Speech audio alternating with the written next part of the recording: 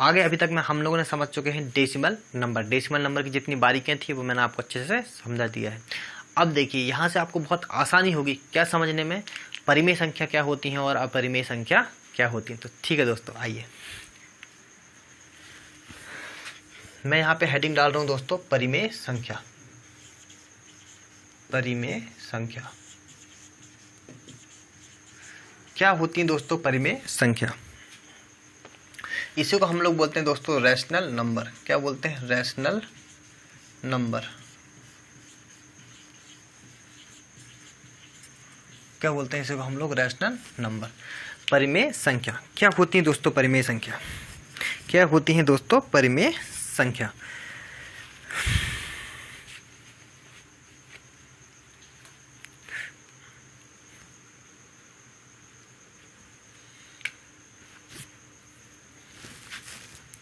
देखिए दोस्तों, परिमेय संख्या क्या होती है?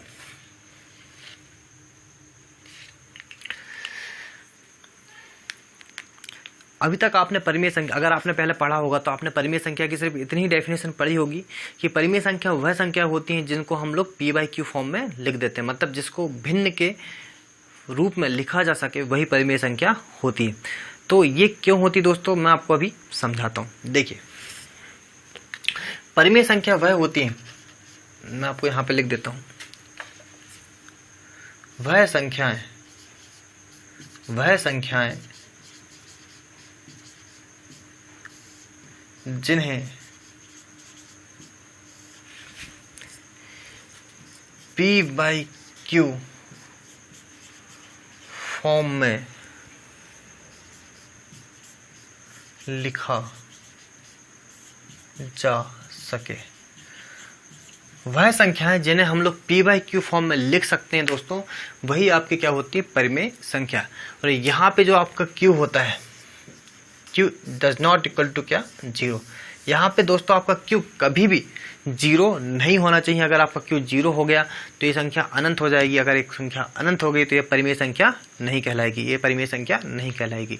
तो वही मैं आपको बताना चाहता हूँ कि परिमेय संख्या वह होती है जो कि p/q फॉर्म में तो लिखी जा सकती है, पर जहाँ पे q आपका 0 कभी नहीं होना चाहिए। अगर आपका q 0 हो जाता है तो वह संख्या आपकी कभी भी परिमेय संख्या नहीं कहलाएंगी। ठीक है दोस्तों, तो यहाँ पर हम लोगों ने परिमेय संख्या को समझा। अब देखिए, इसके पहले के टॉपिक में जो मैंने आपको बताया है, क्या बताया दोस्तों? आपको मैंने इसके पहले बताया है कि डेसिमल जो होते हैं, मतलब दशमलव संख्या दो टाइप की होती हैं। एक शांत दशमलव होता है और एक आसान दशमलव होता है। और उस आसान दशमलव के भी दो टाइप होते हैं, एक होता है आवृत्ति और एक होता है आपका अनावृत्ति।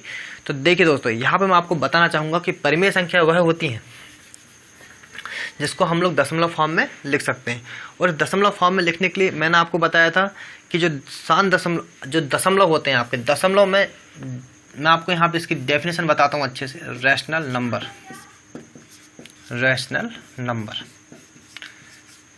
ठीक है, रैशनल नंबर। इसके पहले वाले टॉपिक में मैं आपको बताया था कि रैशनल नंबर जो होते हैं उन्हें p/q फॉर्म में हम लोग लिख सकते हैं। कैसे? जो आपको पहला टॉपिक था उसमें मैंने आपको बताया था कि जो दशमलव संख्या होती है इनके दो टाइप से डिवाइड किया गया है। एक टाइप होता है आपका शांत दशमलव। शांत दशमलव वह होते हैं जिनको हम p/q फॉर्म में लिख सकते हैं। मतलब आप इसमें क्या लिख सकते हो? आपको शांत दशमलव, क्या लिख सकते हो? शांत दशमलव वाली संख्याएं।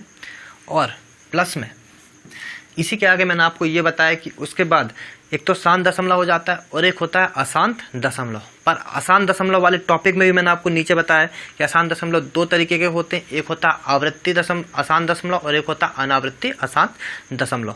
मैं आपको बिल्कुल यहाँ पे हिंदी में बता रहा हूँ दोस्तों कि आपको कोई किसी भी तरीके का कन्फ्यूजन ना हो। और अगर आपको कन्फ्यूजन है तो आप पन्ने पलटा के देखें।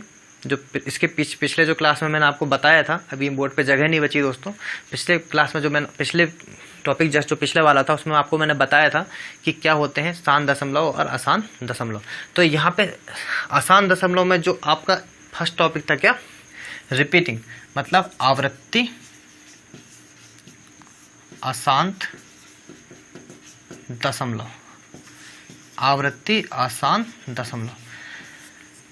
ठीक है दोस्तों, यहाँ से आपको समझ में आया होगा क्योंकि मैंने यहाँ पे क्या लिखा था? शांत दशमलव आपको अगर थोड़ा बहुत भी याद होगा 0.5 लिखा था। जिसको हम लोग p/q फॉर्म में ले सकते हैं। और आवृत्ति आसान दशमलव को क्या लिखा था मैंने यहाँ पे 0.55 करके 5 ऐसा कुछ करके लिखा था, जिसका मतलब होता है 0.5 का बार, मतलब इसको हम लिख सकते हैं 5/9 और इसको हम लिख सकते हैं 1/2। तो इसीलिए ये बहुत डिटेल डेफिनेशन है दोस्तों, ये बहुत डिटेल डेफिनेशन है। यहाँ पे मैंने आपको ये बहुत अच्छे तरीके से बता दिया है कि रैशनल नंबर को, परिमेय संख्या को क्यों हम परिमेय संख्या कहते हैं। अभी तक आप कोई भी बुक्स में उठा के देखें तो उसमें इतना चीज़ें बस रहेगी कि परिमेय संख्या वह संख्या होती हैं जिनको हम लोग भिन्न के फॉर्म में, भिन्न के रूप में लिख सकते हैं। पर मैं आपको बताना चाहूँगा कि उनको क्यों लिख सकते हैं, उसका आंसर ये है दोस्तों। उनको क्यों लिख सकते हैं उसका आंसर ये है। इसको मैं आपको इंग्लिश में भी बता देता हूँ। इसका अगर डेफिनेशन देखें, शांत दशमलव मतलब क्या, टर्मिनेटेड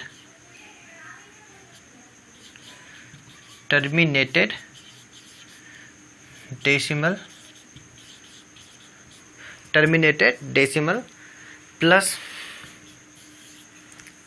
आवृत्ति को लिखे थे हम लोगों ने रिपीटिंग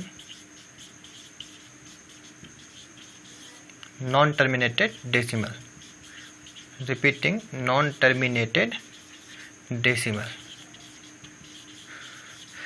ठीक है दोस्तों, आप इसको बहुत अच्छे तरीके से लिख के रखें दोस्तों, ये आपको कहीं पे नहीं मिलेगा। ठीक है, क्योंकि ये जो है बहुत ही इंपॉर्टेंट है। आपको परिमेय संख्या का ये बहुत डिटेलिंग है, ये बहुत सारे टीचर्स आपको स्किप कर देते हैं। ठीक है, तो ये आपको इतने अच्छे से समझ में आ चुका है कि आप परिमेय संख्या आप बहुत अच्छे से आप समझ चुके होंगे। ठीक है दोस्तों, तो हम लोग थोड़ा सा आगे चलते हैं। हम लोग इसके बाद देखते हैं क्या, इरेशनल नंबर।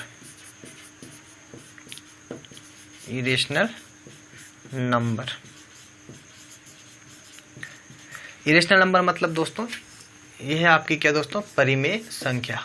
क्या है ये, परिमेय संख्या थी। रैशनल नंबर मतलब क्या होता है दोस्तों, परिमेय संख्या। और इरेशनल नंबर मतलब क्या होता है दोस्तों, अपरिमेय संख्या।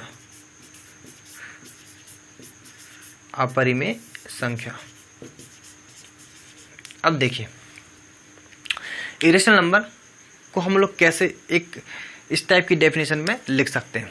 देखिए दोस्तों, अच्छा इसका सीधा सा फंडा ये है कि देखो एक लाइन की डेफिनेशन है इसकी, एक लाइन की परिभाषा है इसकी, पर होता यह है कि उस परिभाषा की हमको अंदर तक तह तक उस चीज़ को पता नहीं है कि हम लोग उसको क्यों लिखते हैं। तो वो क्यों का जवाब मैंने आपको आज इस लेक्चर में दे दिया है। साथ में इसका सीधा सा अगर आप सीधी सी परिभाषा देखें तो परिमेय संख्या वह संख्या होती है जिसको हम लोग p/q मतलब भिन्न फॉर्म में, भिन्न के रूप में नहीं लिख सकते हैं। और अपरिमेय संख्या वह होती है जिसे हम लोग भिन्न के रूप में नहीं लिख सकते।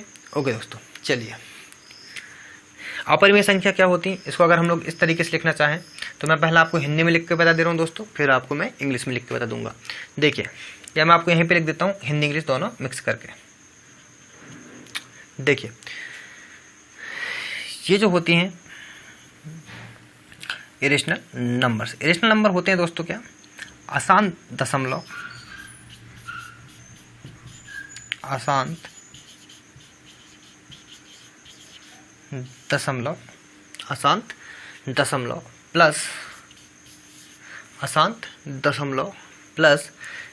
देखो ये चीज़ आपको यहाँ पे थोड़ा अटपटी लग रही होगी, इसलिए आप पुराने पन्ने पलटा के देखें तो आपको समझ में आएगा कि मैं क्या लिखा रहा हूँ दोस्तों, क्या लिखा रहा हूँ।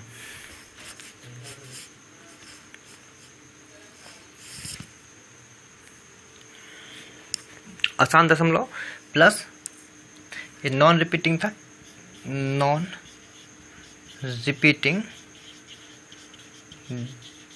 Decimal number. ओ सॉरी, मैं हिंदी में लिख रहा था, यहाँ पे जगह नहीं बची दोस्तों। ठीक है, मैं यहाँ पे लिख देता हूँ, आप इसको समझ जाइएगा। ठीक है, यहाँ से मैं ऐसा कर देता हूँ, आप इसको समझ जाइएगा। ठीक है, देखो अशांत दशमलव प्लस मतलब नॉन टर्मिनेटेड डेसिमल। कौन सा डेसिमल, एक होता है टर्मिनेटेड डेसिमल और एक होता है नॉन टर्मिनेटेड डेसिमल। ये non terminated decimal plus non repeating decimal मतलब कि अशांत दशमलव प्लस अनावृत्ति, अशांत दशमलव, अनावृत्ति अशांत दशमलव। मतलब कि इसको अगर मैं इंग्लिश में लिखना चाहूँ तो क्या होता है, अशांत दशमलव मतलब क्या, अशांत दशमलव मतलब non terminated decimal, non terminated decimal non terminated decimal plus अनावृत्ति मतलब नॉन रिपीटिंग, जो रिपीट ना हो, नॉन रिपीटिंग डेसिमल। ठीक है दोस्तों, तो यहाँ पे हम लोगों ने अच्छे से समझ चुके हैं कि क्या होते हैं आपके परिमेय संख्या, क्या होती है आपकी अपरिमेय संख्या। परिमेय संख्या वह होती है जिसको हम लोग पी बाई क्यू मतलब भिन्न फॉर्म में लिख सकते हैं, और अपरिमेय संख्या वह होती है दोस्तों जिसको हम लोग पी बाई क्यू या भिन्न फॉर्म में नहीं लिख सकते। तो ये क्यों नहीं लिख सकते वो मैंने आपको इसका जवाब दे दिया है दोस्तों। ये थोड़ी डिटेलिंग चीज़ है, आपको ये समझ में आ गई होंगी। अगर इसमें आपको कोई डाउट है या कोई समस्या है तो आप कमेंट बॉक्स में बता सकते हैं मुझे। मैं आपको फिर से अगले लेक्चर में इस चीज़ को बड़े अच्छे तरीके से और फिर से एक बार और समझाने की कोशिश करूँगा। ठीक है दोस्तों, आप चाहें तो इसको रिपीट करके देख लें। ठीक है, रिपीट करके देख लेंगे। अगर आपको फिर भी समझ में नहीं आता है तो फिर आप कमेंट बॉक्स में मुझे बता सकते हैं। ठीक है दोस्तों, तो यहाँ पे हम लोगों ने अभी पढ़े परिमेय संख्या, अपरिमेय संख्या। ठीक है, इसके आगे की कहानी हम लोग अब देखेंगे दोस्तों। देखिए दोस्तों, यहाँ से हम लोगों ने परिमेय संख्या और अपरिमेय संख्या को बहुत अच्छे से समझ चुके हैं। इसमें एक चीज़ और होती है वो मैं आपको बताना चाहूँगा कि जो पाई की वैल्यू होती है, जो पाई की वैल्यू होती है वो किस में आती है। आप थोड़ा वीडियो पॉज कीजिए और कमेंट बॉक्स में बताइए कि पाई की वैल्यू परिमेय संख्या है या अपरिमेय संख्या है।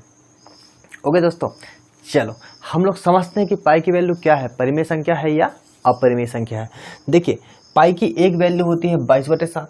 ओके, पाई की एक वैल्यू क्या होती है 22/7, और दूसरी वैल्यू क्या होती है पाई की 3.1416 और रैंडमली ये नंबर चलते जाते हैं अनंत तक। ठीक है, ये कभी भी आपका रुकता नहीं है। अब देखिए दोस्तों, मैं आपको ये बताना चाहता हूँ कि जो पाई की वैल्यू ये 22/7 होती है, ये अप्रॉक्सीमेट वैल्यू होती है।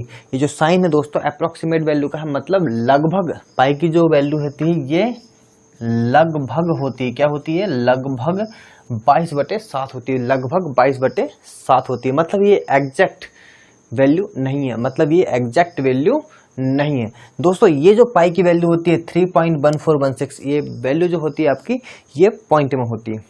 ठीक है, अब मैं आपको एक चीज बताना चाहता हूं कि हम लोग ये वाली जो पाई की वैल्यू होती है, ये वाली जो पाई की वैल्यू होती है जो लगभग 22/7 होती है, अगर मैं देखूं तो 22/7 अगर मैं इस 7 का 22 में भाग देता हूं तो कहीं ना कहीं वैल्यू बहुत आगे जाके कहीं ना कहीं ये वैल्यू कट जाती है। इसीलिए हम लोग इस पाई/7 वैल्यू को परिमेय संख्या में रखते हैं। किस में रखते हैं दोस्तों? परिमेय संख्या में रखते हैं, परिमेय संख्या में रखते हैं। और ये जो वाली पाई की वैल्यू दोस्तों, इसको हम लोग अपरिमेय संख्या में रखते हैं।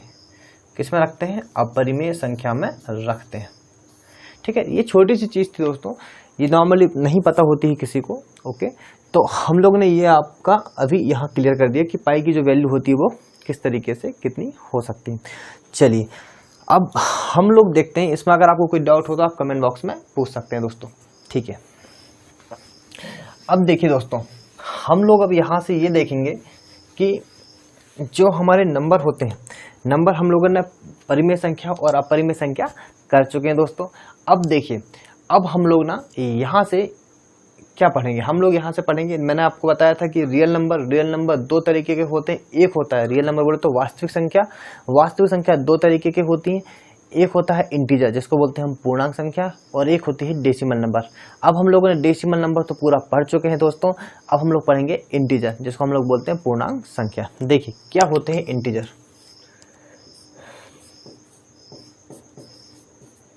क्या होते हैं इंटीजर? पूर्णांक संख्या। देखिए क्या होता है इंटीजर और क्या होते हैं इंटीजर और क्या होती है पूर्णांक संख्या। दोस्तों मैंने आपको बता दिया, दोस्तों मैंने आपको बताया हूं कि वह नंबर जिसको हम p/q फॉर्म में लिखें, मतलब भिन्न के रूप में लिख सकते हैं, वह नंबर आपके क्या होते हैं? परिमेय संख्या होते हैं। ठीक है, जहां पे q जो होता है 0 के बराबर कभी नहीं हो सकता। जहां पे जो q होता है आपका, जो हर होती है, भिन्न का जो हर होता है वो कभी भी आपका q जो उसका है वो 0 के बराबर नहीं होता है। ठीक है, तो मैं आपको इसमें ये बताना चाहता हूँ कि इंटीजर वह नंबर होते हैं जैसे ये p/q फॉर्म में लिखें, p/q फॉर्म में ही लिखे हैं, परिमेय संख्या को ही मान के चलो कि p/q फॉर्म में लिखें। यहाँ पे आपका q जो होता है 1 होता है, यहाँ पे आपका क्यू 1 होता है। कहने का मतलब इतना सा है कि पूर्णांक अपने आप में एक पूर्ण संख्या होती है, मतलब वह दशमलव में नहीं होती, वह पॉइंट में नहीं होती। जैसे कि मैं बोलूं कि 2.5 ये आपकी पूर्णांक संख्या नहीं है, आपकी 2 क्या है, पूर्णांक संख्या है। ठीक है दोस्तों, आपको समझ में आ गया होगा। अगर मैं आपको थोड़ा और डिटेलिंग दूं तो -8 -5 -7, ठीक है, 1 2 3 4 6, ये सब दोस्तों आपके क्या है, पूर्णांक संख्या है। चाहे वो माइनस में रहे चाहे प्लस में रहे, पर वो क्या है, आपकी सभी पूर्णांक संख्या है। ओके दोस्तों, तो हम लोग ने यहाँ पूर्णांक संख्या समझ चुके हैं। अब हम लोग देखते हैं पूर्णांक संख्या को कितने तरीके से बांटा गया है। देखिए दोस्तों, पूर्णांक संख्या को हम लोग ने कितने तरीके से बांटा है, अब हम लोग ये पढ़ेंगे। पूर्णांक संख्या भी एक टाइप से रैशनल नंबर ही होती है। पूर्णांक संख्या भी एक तरीके से परिमेय संख्या ही होती हैं, परिमेय संख्या ही होती हैं। बस यहाँ पे बात इतनी सी होती है कि जो क्यू होता है, जो हर होता है, वो आपका 1 होता है। क्यू हमेशा क्या होता है, 1 होता है। चलिए दोस्तों, मतलब आप ये समझ के चलिए कि पी बाई क्यू फॉर्म में ही होती है, पर इसमें जो क्यू होता है आपका हमेशा क्या होता है, 1 होता है। ठीक है दोस्तों, ओके। अब देखिए इंटीजर, इंटीजर जो होते हैं दोस्तों 2 टाइप के होते हैं। इंटीजर जो होते हैं, पूर्णांक संख्या जो होती है, कितने टाइप की होती है, 2 टाइप की होती है। ठीक है, एक होता है दोस्तों नेगेटिव इंटीजर, एक होता है दोस्तों क्या, नेगेटिव, जिसको हम लोग बोलते हैं दोस्तों क्या,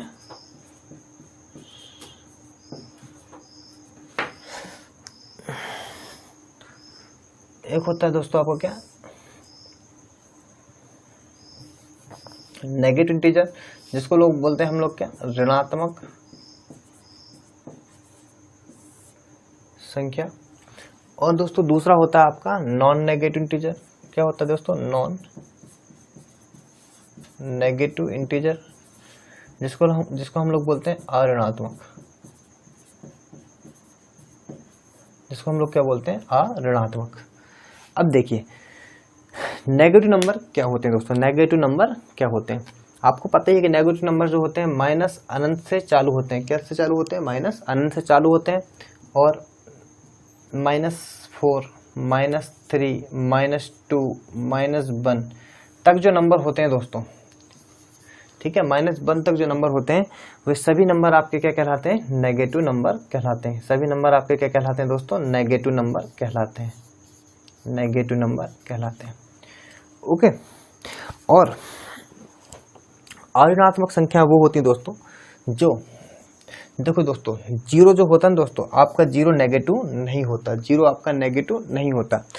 ऋणात्मक संख्या वह होती है जो कि माइनस में होती है, वो ऋणात्मक संख्या कहलाती है। और अऋणात्मक होती है जो माइनस में नहीं होती है। ये चालू किससे होती है दोस्तों, जीरो से। 1 2 3 4 ऐसा करके दोस्तों ये डैश तक जाती है, प्लस इन्फिनिटी तक जाती है।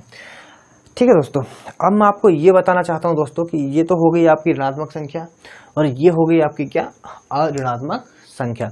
इसमें दोस्तों ये जो नंबर्स होते हैं, इसमें दोस्तों ये जो नंबर्स होते हैं आपके ये वाले, यही कोई हम लोग बोलते हैं क्या, होल नंबर। आप यहाँ हेडिंग डाल सकते हैं दोस्तों क्या, होल नंबर। नेक्स्ट हेडिंग क्या होगी आपकी, होल नंबर। नेक्स्ट हेडिंग क्या होगी दोस्तों आपकी, होल नंबर, जिसको हम लोग बोलते हैं क्या, पूर्ण संख्या। ठीक, होल नंबर या पूर्ण संख्या। तो दोस्तों होल नंबर या पूर्ण संख्या क्या होती है, वह संख्या जो कहाँ से स्टार्ट होती है दोस्तों, जीरो से स्टार्ट होती है। मतलब अऋणात्मक संख्या जो होती है, अऋणात्मक संख्या जो होती है वही आपकी क्या होती है, होल नंबर होती है। जो स्टार्ट किससे होती है, ये जो शुरू किससे होती है दोस्तों, जीरो से शुरू होती है। 0 1 2 3 4 ऐसा करके दोस्तों ये प्लस अनंत तक जाती है। ठीक है दोस्तों, तो ये जो संख्या है दोस्तों आपकी क्या हो गई है, होल नंबर, पूर्ण संख्या है। तो यहाँ तक दोस्तों हम लोगों ने अऋणात्मक नंबर, ऋणात्मक नंबर और होल नंबर के बारे में अच्छे से पढ़ लिया है दोस्तों। ठीक है दोस्तों, ओके, चलो इसके आगे हम लोग चलते हैं।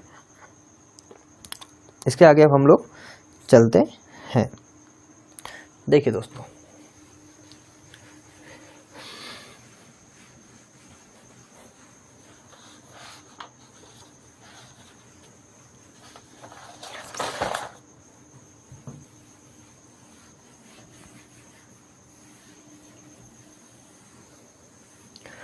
अब देखिए दोस्तों, इंटीजर्स अभी तक हम लोगों ने इंटीजर्स को एक टाइप में डिवाइड तो कर लिया है। अब हम लोग इंटीजर्स को ही एक टाइप में और डिवाइड करेंगे दोस्तों। इंटीजर्स को ही एक टाइप में और डिवाइड किया गया है। इंटीजर्स को ही एक टाइप में और डिवाइड किया गया है। इंटीजर्स को एक टाइप में और डिवाइड किया गया है। किस टाइप में डिवाइड किया गया है दोस्तों? इंटीजर जो होते हैं दोस्तों, एक होता है आपका नेगेटिव इंटीजर। क्या होता है दोस्तों? नेगेटिव इंटीजर, जिसको बोलते हैं हम ऋणात्मक।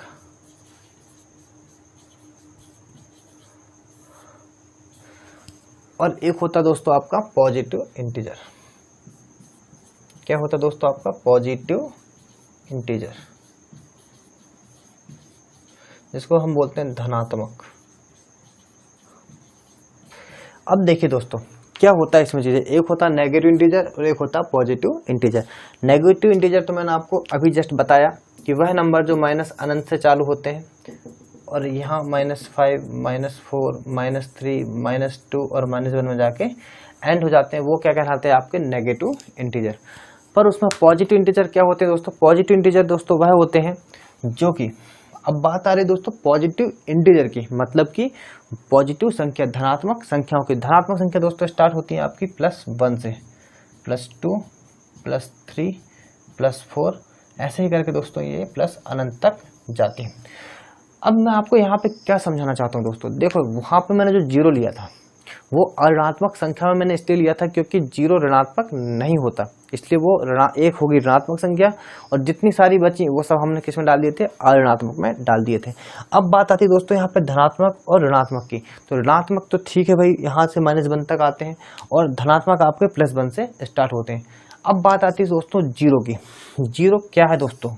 0 आपकी नेगेटिव नंबर है या पॉजिटिव नंबर है? 0 आपका क्या दोस्तों?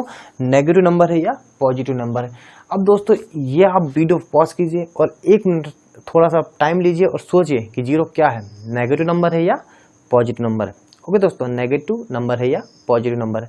ठीक है, चलो मैं बताता हूँ आपको दोस्तों। 0 ना तो नेगेटिव है और ना ही पॉजिटिव है दोस्तों। 0 जो है, मैं बात करूँ दोस्तों 0 की, ये ना तो नेगेटिव नंबर है, ना तो नेगेटिव नंबर है और ना ही पॉजिटिव,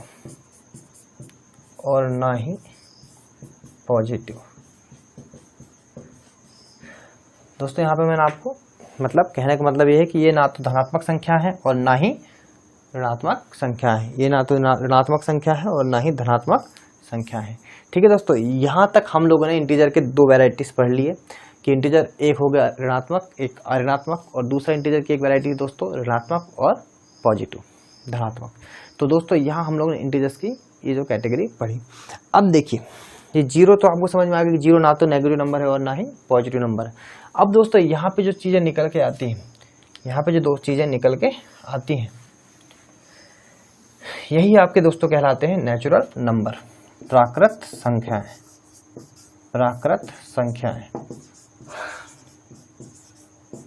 नेचुरल नंबर्स।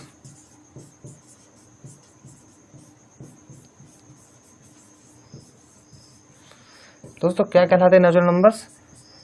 जो संख्याएं +1, +2, +3, +4, +5 से लेके प्लस अनंत तक जाती हैं दोस्तों, यही संख्या आपकी नेचुरल नंबर्स कहलाती हैं। यही संख्या आपकी नेचुरल नंबर्स कहलाती है, मतलब प्राकृत संख्याएं कहलाती हैं।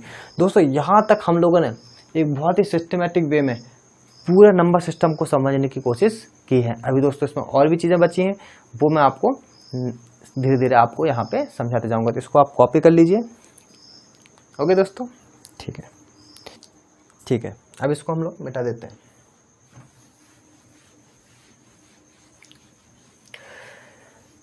तो दोस्तों आपको समझ में आ रहा होगा कि हम लोग कैसे सिस्टमेटिक वे से नंबर सिस्टम को समझ रहे हैं। ठीक है, थोड़ा डिटेलिंग में मैं इसलिए जा रहा हूँ दोस्तों क्योंकि बेसिक लेवल तो हर कोई बताता, पर थोड़ा डिटेलिंग में जाना जरूरी। ठीक है, जिसको एसएससी लेवल की तैयारी करना है वो थोड़ा डिटेलिंग में पढ़े, और जिसको नहीं करना वो डायरेक्ट थोड़ा थोड़ा भी पढ़ लेगा तो काम चल जाएगा। ओके दोस्तों, अब देखिए, अब बात आती है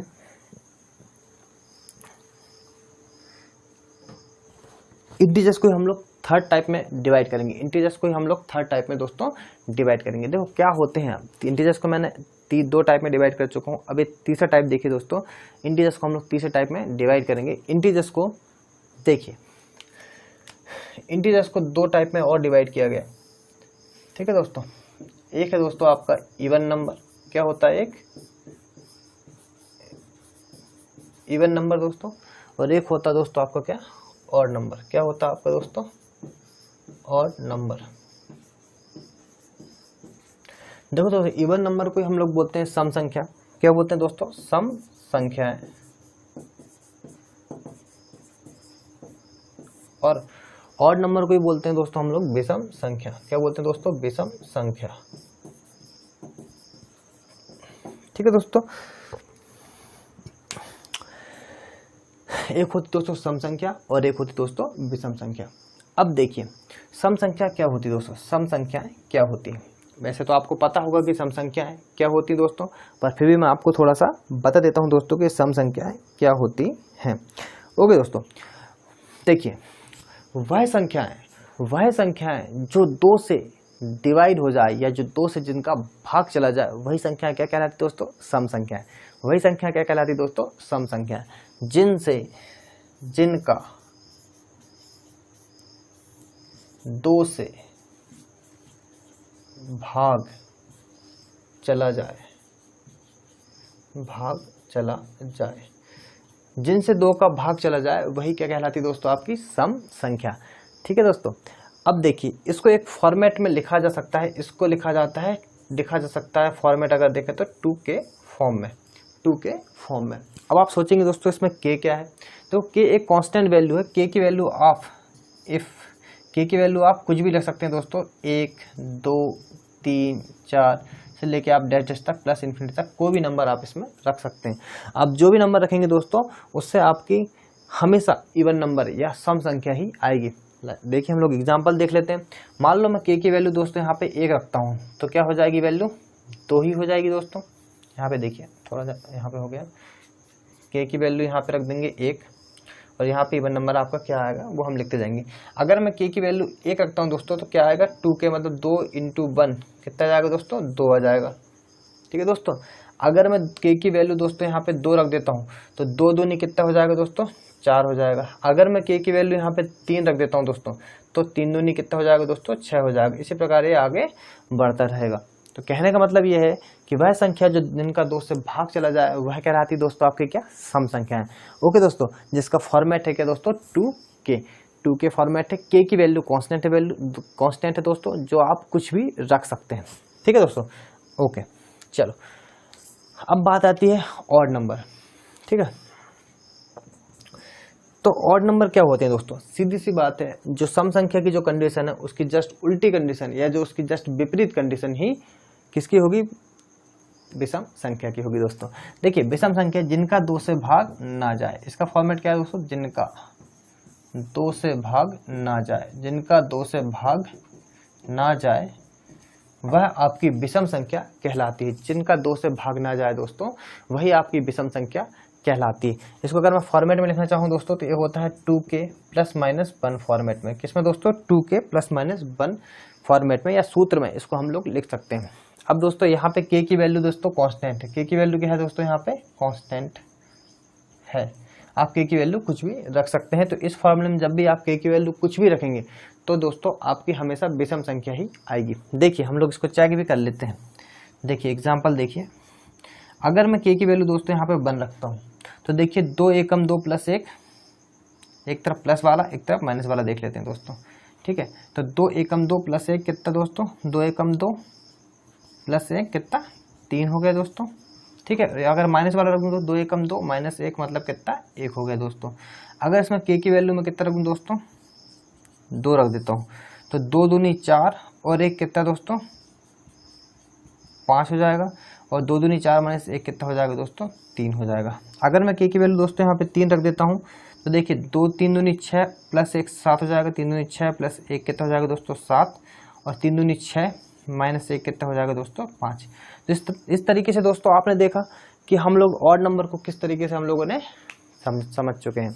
ठीक है, तो यहाँ पे आपका इवन नंबर और ऑड नंबर हम लोगों ने बहुत अच्छे तरीके से दोस्तों समझ चुके हैं। ठीक है, तो ये जो आपको बहुत अच्छे से यहाँ से समझ में आ गया होगा, तो क्या होते हैं सम संख्या और क्या होती है विषम संख्या। ठीक है दोस्तों, चलिए अगर क्वेश्चन ये आता है कि जीरो, आपका जो जीरो होता है,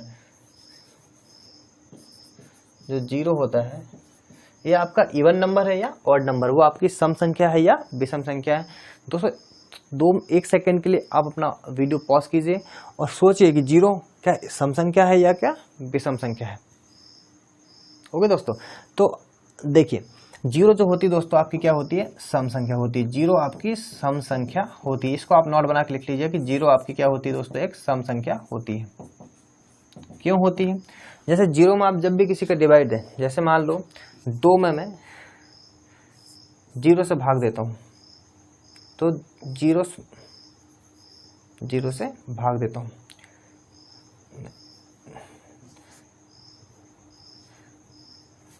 जब भी मैं जीरो क्या है आपकी दोस्तों सम संख्या है।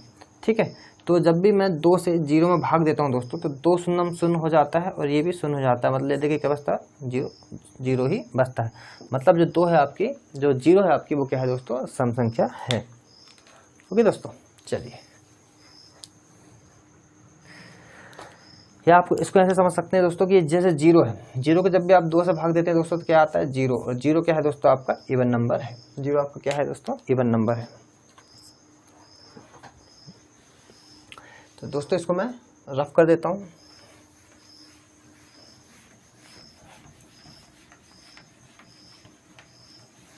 अब मैं आपको सम संख्या और विषम संख्या के कुछ छोटे छोटे कॉन्सेप्ट बताता हूं दोस्तों, जो कभी कभी आपके ऑप्शंस में या कभी कभी आपको डायरेक्ट ऑप्शंस में मिल जाएंगे।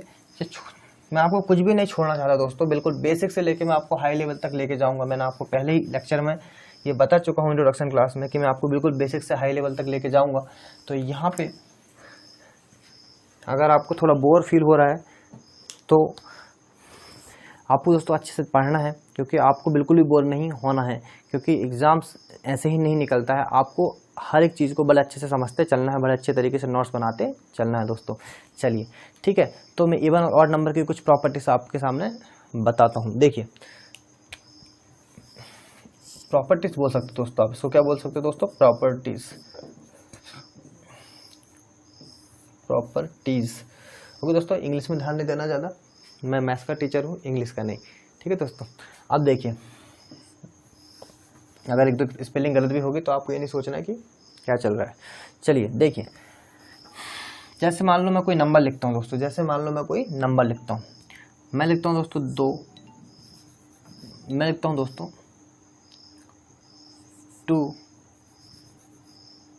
4 इंटू 2, क्या लिखता हूँ दोस्तों मैं यहाँ पे 4 इंटू 2,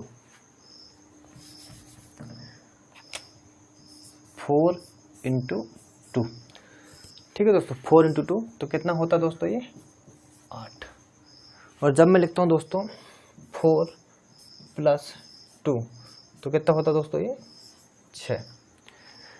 अब मैं आपको यहाँ पे क्या समझाना चाहता हूँ दोस्तों, देखिए 4 जो है आपका क्या है, एक सम संख्या है। 4 क्या है आपकी एक सम संख्या है। 2 क्या है आपका एक सम संख्या है। और जब 2 सम संख्याओं का गुणा होता है दोस्तों तो हमेशा क्या आती है दोस्तों आपकी एक सम संख्या ही आती है।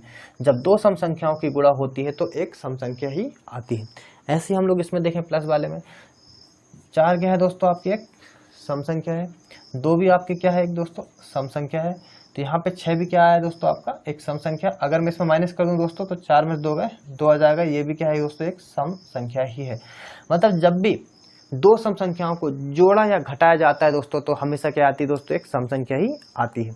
चलिए नेक्स्ट हम लोग देखते हैं दोस्तों, जैसे मान लो दोस्तों मैं यहाँ पे लिख लेता हूँ 4 इंटू 3। ठीक है दोस्तों, 4 इंटू 3।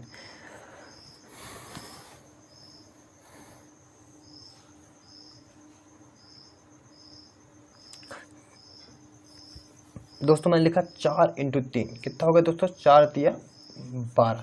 कितना हो गया दोस्तों 4 तिया 12। अगर मैं दोस्तों यहाँ पे करूँ 4 प्लस 3, कितना हो जाएगा दोस्तों 7, कितना हो जाएगा दोस्तों 7। ठीक है, अब देखिए 4 क्या है दोस्तों एक सम संख्या है, 4 क्या है एक सम संख्या है, 3 क्या है एक सम संख्या है, तो 4 और 3 का मल्टीप्लाई होने से 12 क्या आ गई एक सम संख्या। तो कहने का मतलब ये है दोस्तों कि जब दो सम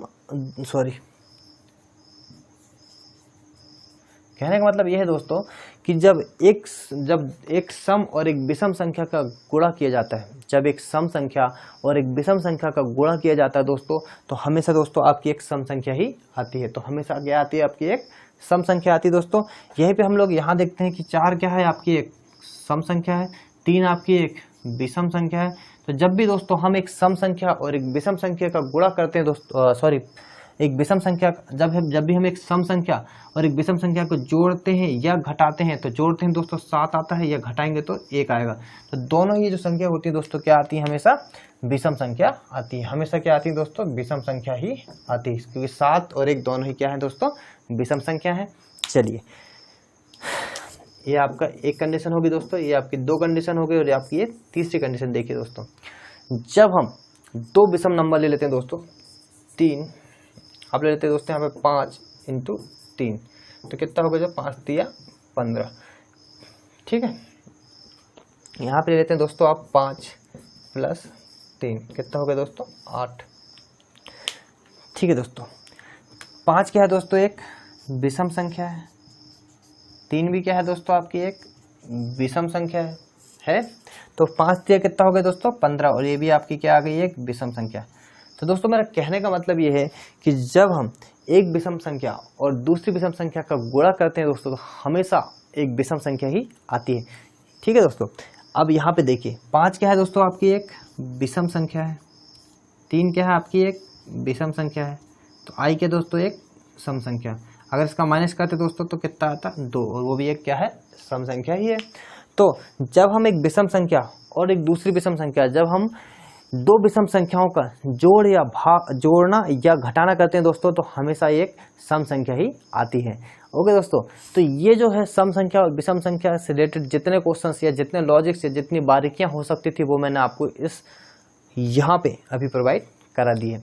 तो दोस्तों आपको बिल्कुल ये सोच के चलना है कि आपको तैयारी बहुत अच्छे से करना है। ऐसा नहीं कि हमने ऊपरी चीज़ें पढ़ लिए, और क्या होता है दोस्तों ऊपरी चीज़ आप पढ़ भी लोगे, पर आपको जब एग्जाम्स में वो सब चीज़ें आएंगी तो आपको कभी ना कभी कन्फ्यूजन होगा, और जब भी आपको कन्फ्यूजन होगा तो वो आपको सिलेक्शन से दोस्तों दूर लेके जाएगा। तो आपको बस ये लेके चलना दोस्तों कि आपको तैयारी बहुत अच्छे से और बहुत तगड़े तरीके से करना है। ठीक है दोस्तों, चलिए।